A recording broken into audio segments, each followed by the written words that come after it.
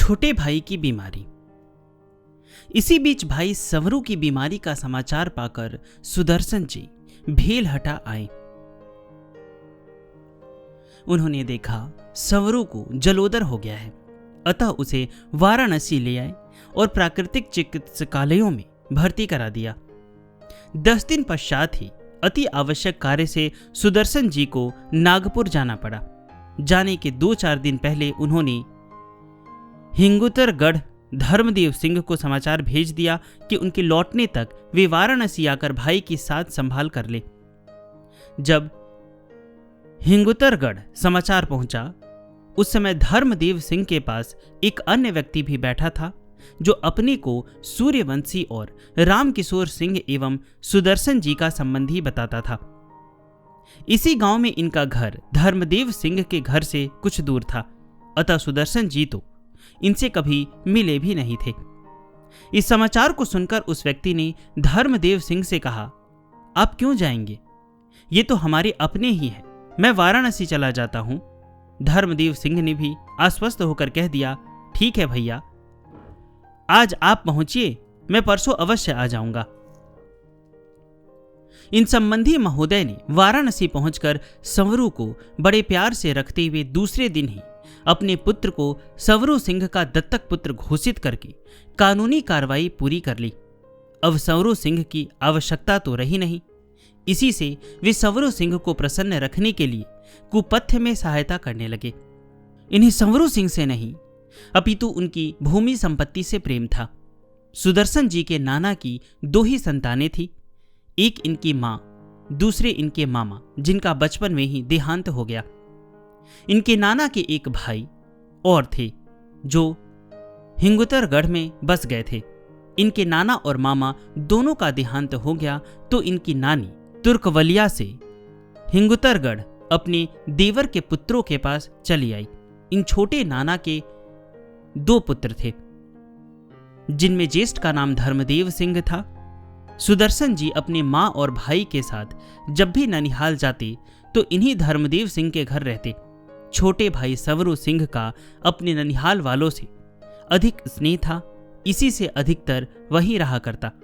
संवरू सिंह को जलोदर हुआ और सुदर्शन जी ने उसे वाराणसी के प्राकृतिक चिकित्सालयों में भर्ती करवा दिया। उन्हें विशेष कार्यवश नागपुर जाना पड़ा। ट्रेन में बैठते ही संवरू की चिंता करते हुए अपनी व्यवस्था पर मन ही मन खींच उठे।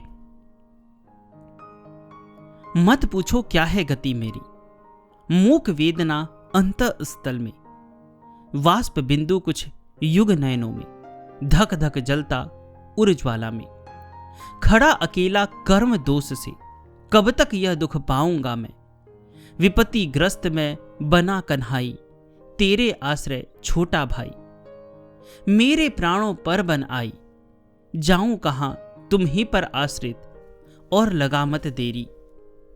सन 1933 में जब सुदर्शन जी 22 वर्ष के थे, नागपुर में धर्मदेव सिंह का वाराणसी से भेजा हुआ संवरू सिंह के देहांत का तार मिला। तार पड़ते ही आंखों के सामने अंधेरा छा गया। एकमात्र वही तो था संसार में अपना कहने को। मानवों से भरी मेदिनी पर वे अकेले हैं, नितांत अकेले। क्या कोई नहीं रहा अपना? इस सृष्टि में कोई नहीं मेरा, मैं अकेला हूं, बिल्कुल अकेला। यह विचार आते ही पैरों तले जैसे पृथ्वी घूमने लगी, ब्रह्मांड घूमने लगा। हृदय को विदीर्ण करके वेदना बह पड़ने को आतुर हो उठी। मूर्छा, मूर्छा। ऐसे समय में मूर्छा तो औषधि के समान होती है, किंतु सभी रोगियों को समय पर औषधि प्राप्त हो ही जाए ऐसा तो कोई विधान है नहीं।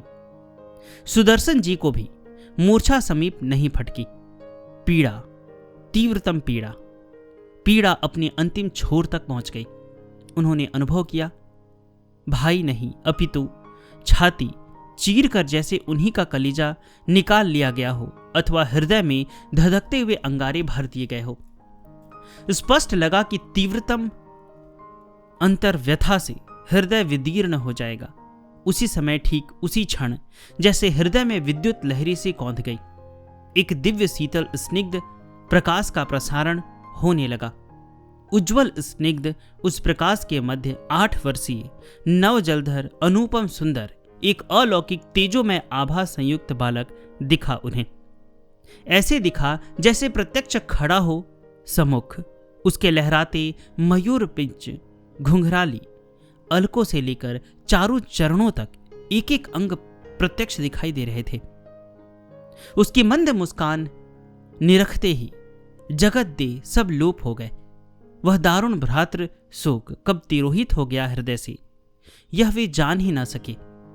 सुदबुद भूले से वे तो देखते रह गए इस सौंदर्य वारिधि को एकटक। सम्मुख था केवल वह असरण शरण सर्व सुहृद अनाथनाथ दीन बंधु प्रेमक प्राण त्रिभुवन मोहन भुवन मनोहर परम सुकुमार। बस उसने अपनी वे बड़ी बड़ी कमल की पंखुरी सी कोमल पलकें उठाई, बाल सुलभ व भोली नजर। मत हो गए सुदर्शन जी। उसने अपना दक्षिण कर पल्लव उठाया, सुदर्शन का वाम स्कंद स्पर्श करके मधुर स्वर में बोला, दादा मैं तेरा छोटा भाई नहीं हूं। वह मुस्कुरा दिया धीरे से। क्या कहे सुदर्शन जी, क्या कहे वह? कहिए तो जैसे किसी उन्मत्त को भांग या सुरा पिला दी जाए, नशा चढ़ रहा हो, या फिर कहिए गूंगे का गुड़ स्वाद। नहीं नहीं, बताने जैसा कुछ है ही नहीं। शब्द भाषा सब बौने हैं। बात सच है, पर हमें तो इन्हीं से काम चलाना है। तब फिर एक ही वाक्य से कुछ इंगित किया जा सकता है, अनिर्वाच्य। इसके अतिरिक्त कोई उपाय जो नहीं है। और वह शोक, क्या आपने कभी सूर्य के सम्मुख अंधकार को खड़े देखा है? नहीं ना। फिर आनंद घन के सम्मुख शोक अपना अस्तित्व कैसे बचा पाएगा? वह तो सदा सर्वदा को समाप्त ही हो गया। अब कहिए तो सुदर्शन जी ने कौन सा तप यज्ञ अथवा साधन की थी इस सर्वोच्च तत्व को पाने के लिए? वह क्या साधन ध्यान तब से पाया जा सकता है? नहीं रे, यह सब तो मन को निर्मल करने के साधन है। वह तो ढूंढता फिरता है सहज स्नेह, सरल स्वच्छ मन का आसन, जिस पर आराम से निज गेह मानकर सुख से बैठा जा सके। आसन मिल जाए बस, फिर नहीं देखता कि उसे नौकर बनना पड़ेगा या मालिक। कोई प्रेम के इस पुजारी को उठक बैठक कराएगा, कान पकड़कर अथवा चरणों पर सिर रखेगा।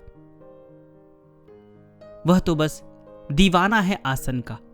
फिर तो उससे जो चाहो करा लो, अपने आप को ही दे देता है, और रीझ जाए तब बाकी क्या रह जाता है भला? वह स्वयं ही किसी को ना अपना ले तो मनुष्य का कितने भी समय का कितना भी उत्कृष्ट साधन इसे अपना बनाने में कभी समर्थ है? सुदर्शन जी का यह छोटा भाई कन्हाई क्या एकाध दिन के लिए आया है? यह तो सदा सर्वदा के लिए उनका हो गया।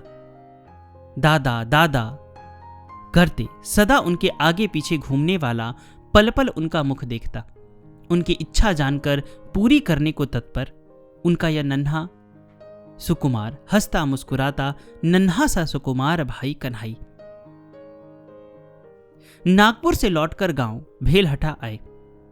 भाई सवरू सिंह का श्राद्ध संस्कार संपन्न किया। श्री बद्री तिवारी द्वारा समझाने बुझाने पर भी द्वार विहीन घर सुदर्शन जी को भाया नहीं, और मन में सदा के लिए घर छोड़ने का संकल्प कर लिया। खेतों को बटाई पर दे दिया और पहले का बकाया लेकर बलुआ की ओर, वामन बाबा की कुटी की ओर चल पड़े। जाता हूं पर भूल न जाना, छोड़ रहा हूं जन्मभूमि में प्रिय प्रसन्न करने को तुमको। सुखी रहे ये चपल तितलियां, नव किस लय हो इस ललिता को। कष्टों की न तनिक चिंता है, त्याग रहा हूं उपवन सुख को। पर इस तप का परम लाभ भी तो है तुझको पाना। जाता हूं पर भूल न जाना, जाने कहां निवास बनेगा, किस जंगल का आश्रय होगा। मृदुल लता तृण वहां न होंगे, कंकड़ कंटक का दल होगा। नित्य नित्य जल कहाँ मिलेगा, वृष्टि वारी ही सिंचन होगा। आशा बस घनश्याम तुम्हारी, तुम ही दया कर आना, जाता हूं पर भूल न जाना। मेरे पल्लव की दोने में ले लेगा मधुमय मम फल जब, पाकर मलय पवन का झोंका, तब ऊपर पुष्पों को मैं तब वर्षा दूंगा इस जीवन को। हाँ विधि आएगा वह दिन कब, भूल न जाना जल्दी आना, मेरी प्यास बुझाना, जाता हूं पर भूल न जाना। आकुल व्याकुल चित्त से जगत की ओर से मुख मोड़कर सदा सर्वदा के लिए प्यारे कृष्ण के लिए चल पड़े भौतिक वैभव, सुख भोग, पद प्रतिष्ठा से विदा लेकर। विदा विदा बस आज विदा, अरि कल्पनी अरे प्रलोभन, ओ सारे सुख साज विदा। विदा विदा हो ओ आशाओं, छोड़ चला अब मत ललचाओ। जाओ इप्सित गति को पाओ, छोड़ रहा हूं बस बस बस अब मायामय संसार विदा। क्या चिंता जो घन छाएगा, उपल देह पर वर्षा देगा। भीषण झंझावत आवेगा, पर स्वतंत्र पक्षी के रक्षक प्यारे कारागार विदा। अरुणोदय होने वाला है, दिन करतम खोने वाला है। चक्रवात रोने वाला है, अंधकार में रहने वाले निशिचर भ्रम मुहादि विदा। बीत रहा वर्षों से प्रतिपल, चित्त हो रहा व्याकुल चंचल। बहुत हो चुका बस अब मत छल, छल न चलेगा उससे मिलने में, ओ माया में जाल विदा। कुटी में वामन बाबा लौट आए थे। एकांत प्रिय सुदर्शन जी का वामन कुटी से भी मन उछट गया। इन्हीं दिनों बनारस जिले का कांग्रेस राजनैतिक सम्मेलन कमालपुर में होना था। पंडित शांतनु विहारी द्विवेदी जी सम्मेलन के कोषाध्यक्ष थे, इसलिए उन्हें हर मीटिंग में जाना पड़ता था। वहीं पुनः सुदर्शन जी की इनसे तथा नंद किशोर तिवारी जी से भेंट हो गई। प्रेमाधिक्य और घनिष्ठ मित्रता होने से द्विवेदी जी दोनों को अपने घर आग्रहपूर्वक ले आए। द्विवेदी जी के स्नेह के संबंध में सुदर्शन सिंह जी लिखते हैं, श्री शांतनु विहारी द्विवेदी जी मेरे मित्र हैं, सब कुछ हैं। इनके लिए क्या लिखूं? इन्होंने तो 2-3 वर्ष तक अपने घर अपने सगे भाई से भी बढ़कर प्रेम से रखा है। अपने साथ भ्रमण कराया है, मेरे हठ को रखा है, मेरी भूलों को बिना ध्यान दिए सहा है। जब लिखता हूं घर, तो उन्हीं के घर से अर्थ होता है। मेरे न घर हैं, न कुटुंब, न कोई स्थान। वहीं कानून को श्री झगरू सिंह से भी मिलना हुआ। अब पंडित शांतनु विहारी द्विवेदी जी के घर पर सत्संग की गोष्ठी जुड़ने लगी। प्रातः ही कानून को झगरू सिंह जी धानापुर से आ जाते, स्वामी गणेशानंद जी अवधूत आ जाते, सुदर्शन जी तो वहां होते ही थे। ये सभी गीत की भिन्न भिन्न टीकाएं लेकर बैठते, उनके अर्थ और तात्पर्य पर विचार करते। पंडित द्विवेदी जी संस्कृत के विद्वान थे, शब्दों के नए नए अर्थ कर देते। इससे कानूनगो झगरू सिंह जी की संस्कृत में रुचि बढ़ी। उन्होंने गीता के श्लोकों से ही व्याकरण के नियमों को अच्छी तरह समझ लिया। वे वेदांत के ग्रंथ भी पढ़ने लगे। पंडित द्विवेदी जी नित्य ही घर पर प्रातः 9-10 बजे से श्रीमद् भागवत की कथा करते थे। प्रथम तो केवल उनकी माता जी ही श्रोता थी, अब दूसरे श्रोता सुदर्शन जी भी हो गए थे। द्विवेदी जी की माता जी आंखों में आंसू भरे आनंद मग्न बैठी कथा सुनती रहती और सुदर्शन जी की स्थिति थी श्री कृष्ण चरित्र सुनकर बेसुध हो जाते। 4-4, 5-5 घंटे तक उसी अवस्था में पड़े रहते। नागपुर में अपना देखा हुआ अनुज कनु स्मरण आते ही अथवा नाम लेते ही सम्मुख आ खड़ा होता और वे रोमांचित पुलकित दे नेत्रों से धारा प्रवाह अश्रु प्रवाहित होते कभी अपलक देखते रहते। अचकचाए से वे कभी आनंदाधिक्य से नेत्र बंद हो जाते, किंतु बंद नेत्रों के सम्मुख भी उन्हें अपना कन्हई मुस्कुराता दिखता। बाह्य स्थिति तो प्रकट हो जाती, पर मन की स्थिति बताते ही नहीं थे। इनकी इस स्थिति पर स्वामी गणेशानंद जी तो हंसी उड़ाते, क्योंकि वे घनघोर वेदांती थे और कानूनगो साहब सुदर्शन जी की मूर्छा और स्वामी गणेशानंद जी का उपहास दोनों में सौम्य शांत बैठे रहते। उनका ज्ञान और भक्ति में कोई आग्रह नहीं था, उन्हें परमात्मा का चिंतन ही अभिष्ट था। कथा के बीच सुदर्शन जी की मूर्छा, अश्रुपात, रोमांच, कंटकित देह और हृदय की सरसता देखकर माता जी बड़ी आनंदित होती, इन्हें असीम स्नेह दिया करती। एक बार पंडित द्विवेदी जी सुदर्शन जी को प्रेम से उपालभ दिया था। ऐसा लगता है कि घर के लोग और विशेष रूप से माता जी मुझसे भी अधिक तुमसे स्नेह करती है। सुदर्शन जी भी माता जी पर बहुत श्रद्धा रखते एवं आदर करते। माता जी ने ही घर के लोगों को और बच्चों को सिखा दिया था कि सुदर्शन जी को भैया जी कहकर पुकारे। तब से उस गांव के तथा आसपास के लोग एवं पंडित द्विवेदी जी का स्वजन परिकर सब भैया जी ही कहने लगे। सुदर्शन जी कहीं चले ना जाए, इनका घर में मन लगा रहे, यह सोचकर माता जी ने गहराई में घर के पास रात्रि पाठशाला भी खुलवा दी। सुदर्शन जी कथा के पश्चात ज्वार, बाजरा और अरहर के खेतों में जाकर घंटों एकांत में भजन करते रहते। कभी मूर्छित हो जाते तो कभी आकाश की ओर निहारते रहते। कभी कण कण में व्याप्त सौंदर्य माधुर्य निधि की भुवन मोहिनी लीला विलास को निरखा करते। कौन है इस सुषमासार, है चंचल सब जड़ चेतन जग, किसके लिए अपार। रजनी के इस तम स्तूम में किसका मंजुल मधुर प्रकाश, व्याप्त रहा प्रत्येक कणों में किस चिर शिशु का विभव विलास। कौन इस लीला का आधार, किसका कोमल मधुर स्पर्श पाहो उठता है विश्व विभोर।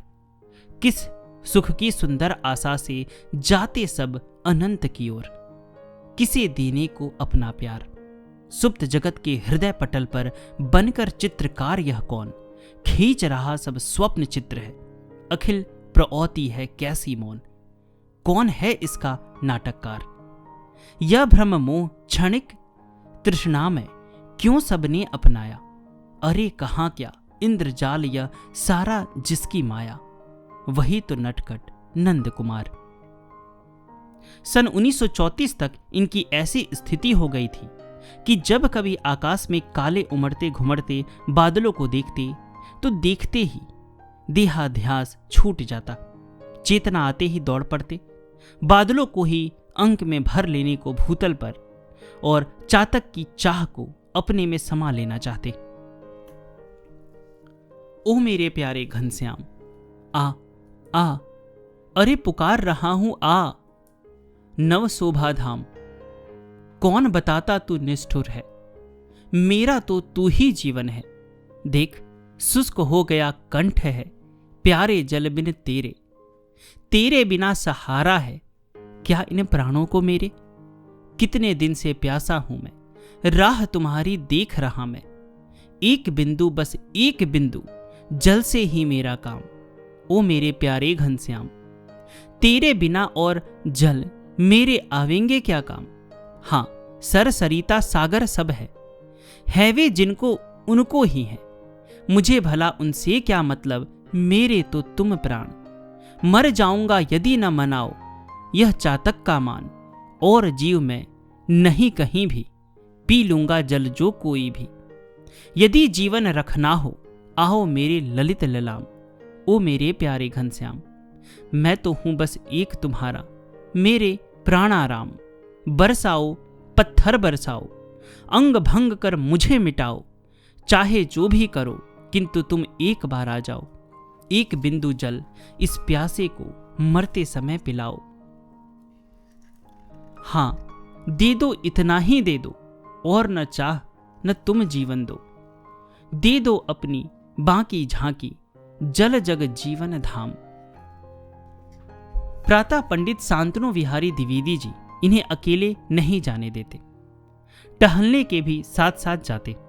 एक बार गांव से बाहर टहलने के पश्चात एक बड़े नाले के ऊपर पुलिया पर बैठे थे। श्री कृष्ण के नाम तथा स्मरण मात्र से मूर्छित हो गए और अचेतावस्था में नाले में गिर गए। पंडित द्विवेदी जी कंकड़ों पर से खींचकर किनारे पर लाए। इसी प्रकार 2 बार गंगा में ऊंचे कगार से नीचे जा गिरे। ऐसे अवसरों पर अक्सर पंडित द्विवेदी जी दीर्घ स्वर में कानों में प्रणव का उच्चारण करते, तब कहीं घंटों बाद चेतना लौटती। एक बार टहलने में लौटते समय नागफनी का कांटा चुभ गया और तलवे को भेद कर पांव के ऊपर निकल गया। चलते चलते ठिठके तो पंडित जी ने पूछा, क्या हुआ? सुदर्शन जी ने सहज भाव से कहा, कांटा लग गया है। किसी तरह चले चलिए, अब तो घर जाकर ही निकाल सकेंगे, पंडित जी ने कहा। प्रातः पूर्व का अंधेरा भी था। रक्त रिसता रहा और ये बिना लंगड़ाए चलते रहे। घर आकर इन्होंने सणासी मांगी तो पंडित जी बोले, उसका क्या करेंगे? कांटा खींचना होगा, कहकर पांव आगे की ओर इशारा किया। लहूलुहान पैर देखकर पंडित द्विवेदी जी चकित रह गए। कैसे चल पाए इतनी दूर तक? जब खींचकर कांटा निकाला गया तो रक्त की धार छूट पड़ी। बरबस पंडित द्विवेदी जी के मुख से निकल पड़ा, क्षत्रियत्व तेज ही इतना कष्ट झेल पाता है।